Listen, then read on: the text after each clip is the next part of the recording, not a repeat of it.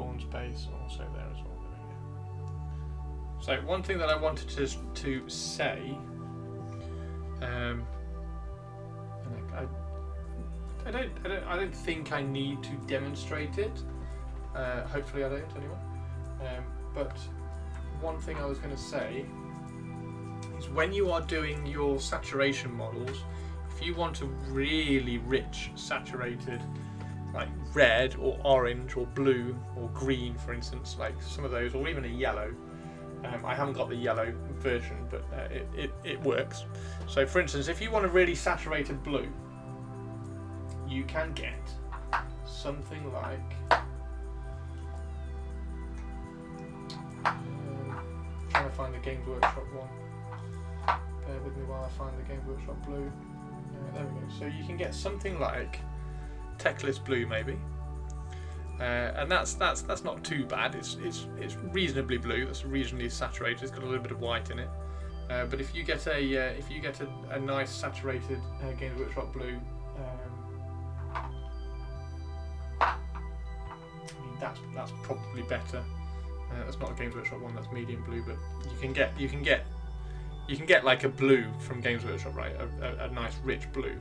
Now, what you can do, rather than just using just this paint, if you get a contrast paint, a nice rich contrast paint like this, so Talassar blue is the perfect one for blue, and you mix on your wet palette a little bit of this into the paint, it will pop that blue even further.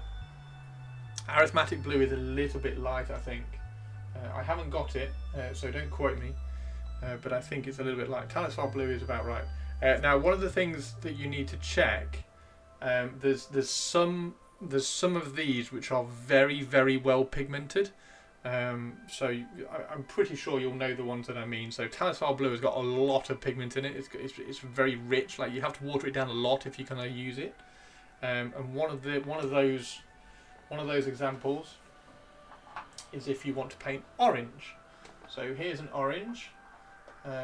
This is hot orange from Vallejo. Same thing. You get like, imagine an orange from Games Workshop, for instance. So if you wanted like a really, really rich, vibrant orange, this is amazing. So Magmadroth Flame. So this is a very, very pigmented ink again. So a few of the contrast paints. So Magmadroth Flame. I think it's Voluptuous Pink. And definitely Imperial Fist Yellow. There's a few of the paints. If you look at the colour swatch that's allocated to the contrast paint, if it fades from like a dark yellow to a light yellow, where's it gone? I don't know where Iyanden Yellow is. If it fades from like a dark yellow to a light yellow, like Iyanden Yellow, there we go, look. Because you can see it's separated, look. So dark yellow to a light yellow. So that is like a split pigment. Now this one has been sat for the same period of time. It hasn't separated. So this is a single pigment. So this is more like an ink. So another example of that would be Bowel Red, sorry. So contrast Bowel Red is the same thing. It's a red ink. Hasn't separated, so there's no contrast in there. So the only thing this is, well, I say the only thing this is good for, this is really good for like adding in colour to your paints. So if you wanted like a really rich red, you could get your Evil Sunz Scarlet and add a little bit of Bowel Red into it, and it would really pop your Evil Sunz Scarlet, right? Same with Magmadroth Flame. If you added that into some bright orange, like Inferno orange or something from Games Workshop that's like a bright orange, you could add Magmadroth Flame in it and it would give you more punch. So there's a few that you can use, there's a few that you can do, there's a few that work really well. Let's have a very, very quick check. If we have a look on the Games Workshop website now, I'm going to clip this and put this on YouTube as well, by the way, so you'll be able to find it on YouTube. We go and have a quick look on the Games Workshop website, painting and modelling. and I'll explain how to pick out which ones they are.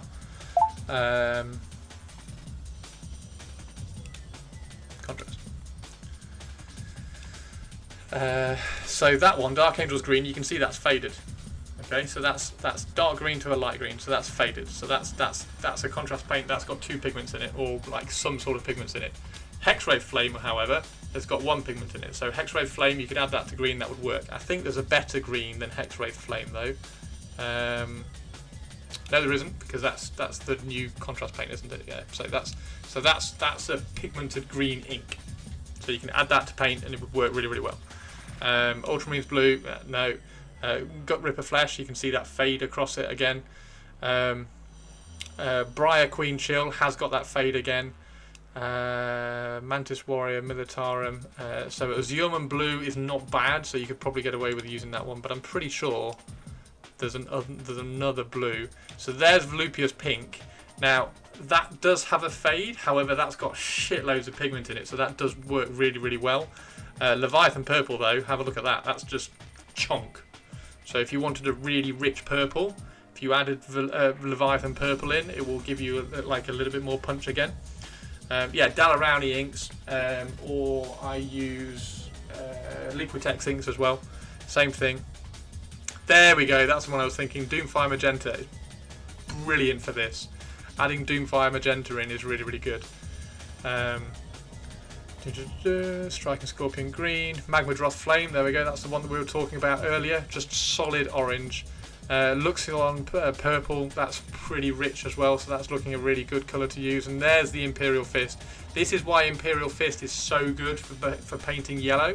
Like if you put some Mournfang Brown on the model, like give it a dry brush if you like, if you like doing the slap chop method, if you give it a dry brush, or like an airbrush zenithal of white, like quite a heavy white over the top, and then put Imperial Fist on it, you'll get a really, really nice transition of bright, rich yellow down to a brown. So Imperial Fist is great for that. Karandras Green, there's too much of a fade on that, too much of a fade on Space Wolf Grey. Bad Moon Yellow, I mean there's not a lot of difference between those two, so Bad Moon Yellow would work as well, but when you've got Imperial Fist Yellow, there's not a lot of point. Sigval Burgundy is quite nice, so there's not a lot of difference between those two. Croxigore Scales, so I think Herbs has been using this one, so that's quite close, so you could add that one to some kind of green if you wanted to just add a little bit more punch to it, a little bit more richness. There's the Baal Red look that we looked at earlier, solid red, that's just pure pigment, really, really good. But compared to Blood Angel's Red, look at the difference between that. So there you get the contrast shading and then the stain on the highlight. So this here stains the highlight and that settles in the recess. That's how the contrasts kind of work. And then going through all of these as well. So there's the Talisar Blue. It's not bad, but it is the best blue to use if you want to add a little bit more punch. So yeah, there we go. Hopefully that helps.